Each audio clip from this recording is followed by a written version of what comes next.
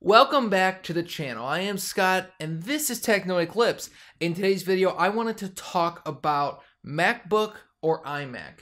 Really, I wanted to see if MacBooks get more clicks in the title than anything else, because recently I've put out some pretty darn good videos and no one seems to be watching them because I'm not talking about MacBooks. So I just wanted to run a little bit of a test on it, okay? This is what we're doing. Not really.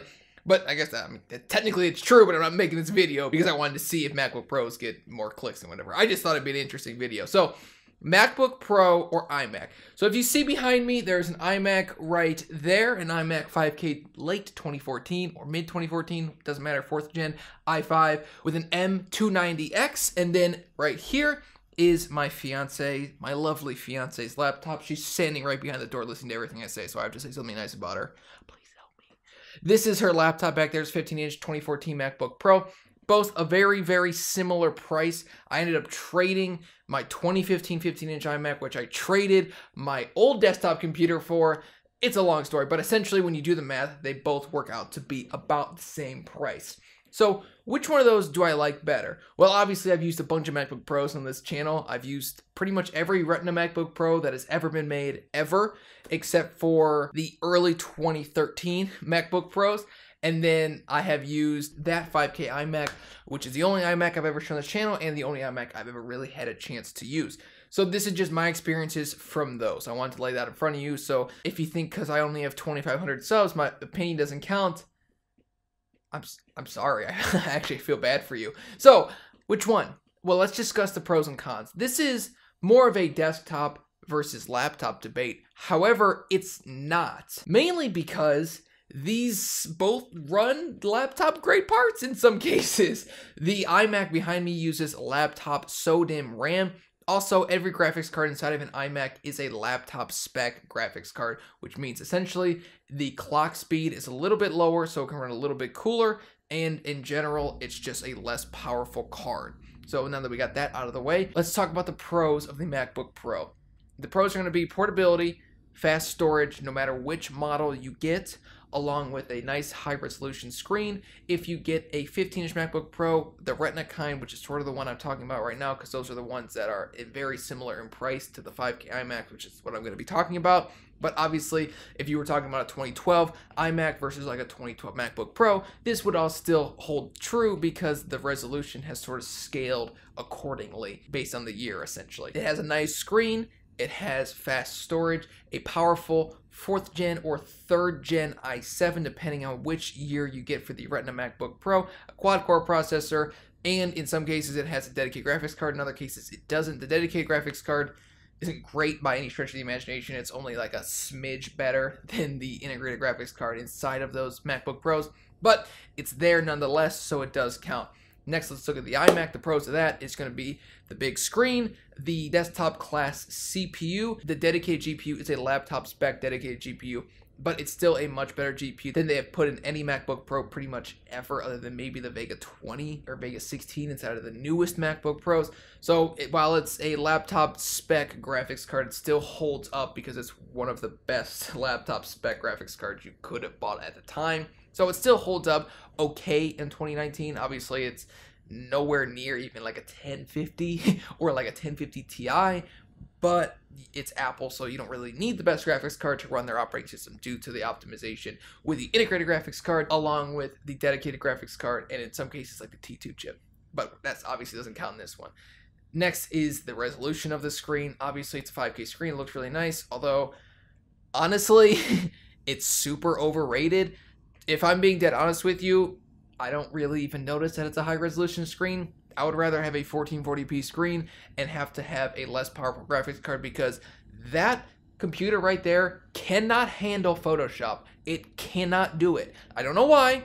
I do know why. It's because it's a laptop grade graphics card, and every time I get into Photoshop, and my thumbnails are the most basic things ever. I mean, it's literally like 3 layers max with like text. It's the most basic thing ever, and it like, I'll like scroll down and it lags, and it's crazy that 5K screen is way too demanding for any of the graphics card they put in any of the 2014 or even the 2015 5K iMacs. Next is going to be the RAM is upgradable. That's a nice little feature. And obviously everything else inside of there is technically upgradable as well, although you do risk life and death in some cases with the power supply.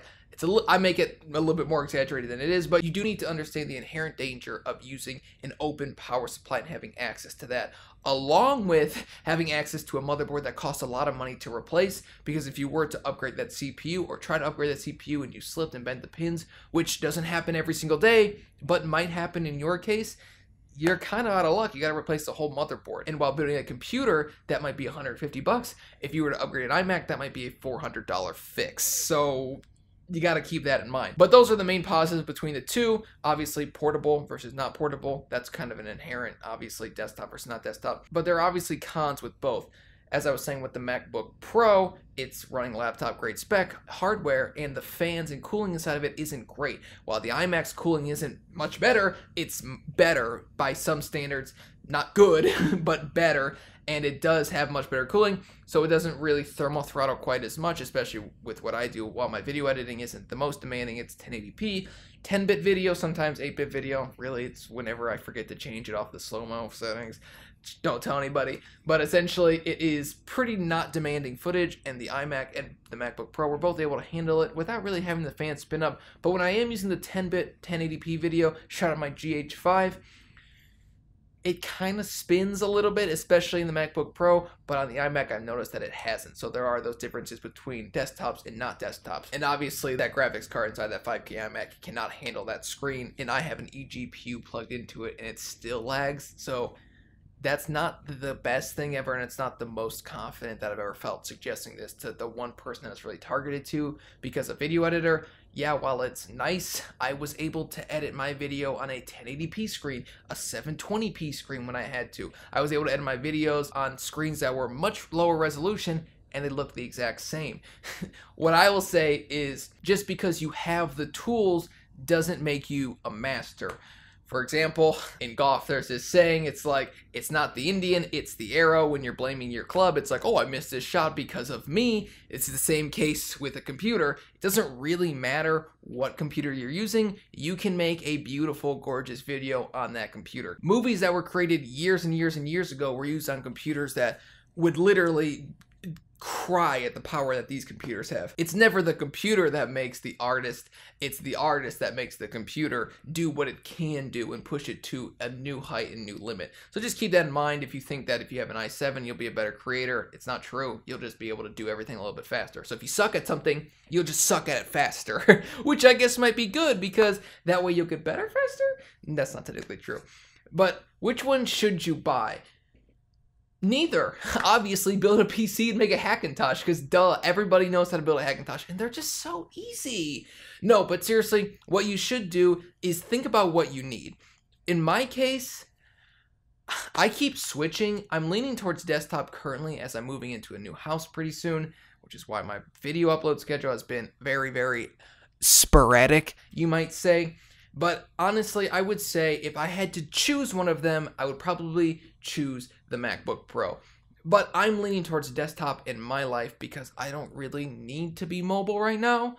But the thing is having the MacBook Pro it's more powerful and the CPU side than the i5 iMac behind me, which is kind of scary. Now on the GPU side it isn't, but I do have an eGPU plugged in, so if I were to plug that into the MacBook Pro, it would be equally as powerful. And you get the additional benefits of having the portability, way faster storage, and now you don't have the upgradable RAM, but 16 gigabytes of RAM is plenty for me, and it's probably plenty for most people. So honestly, I would always lean towards MacBook Pro. They're much easier to sell. You need to think about so many different things. They're much easier to sell, they're much easier to ship, they're just more valuable in my opinion. While iMacs definitely have their value, and they consistently hold their value, they're hard to ship. If you don't have the box, you're either selling it locally or you're buying a box and then selling it and then shipping it out. Personally, I would just rather buy the MacBook Pro, buy a little box from FedEx, ship it out, and we're good to go. So thank you guys for watching the video. I'm Scott with Techno Eclipse. If you liked the video, hit that subscribe button and that dislike button. And if you didn't like the video, hit that like button. It's not opposite day, but let's just pretend that it is. But then I said, if you like the video, hit subscribe. That's just bad. It's just a bad joke. I'm like, this is a bad joke. I'm just gonna leave all this in. This is me thinking. This is how it goes. This is my thought process. I just sit here and go, that's terrible. I shouldn't leave that in there. All right, thank you guys for watching the video. It's just like the weirdest ending ever. But I'm definitely gonna say it. All right, thanks guys. Out. Peace. What? Peace.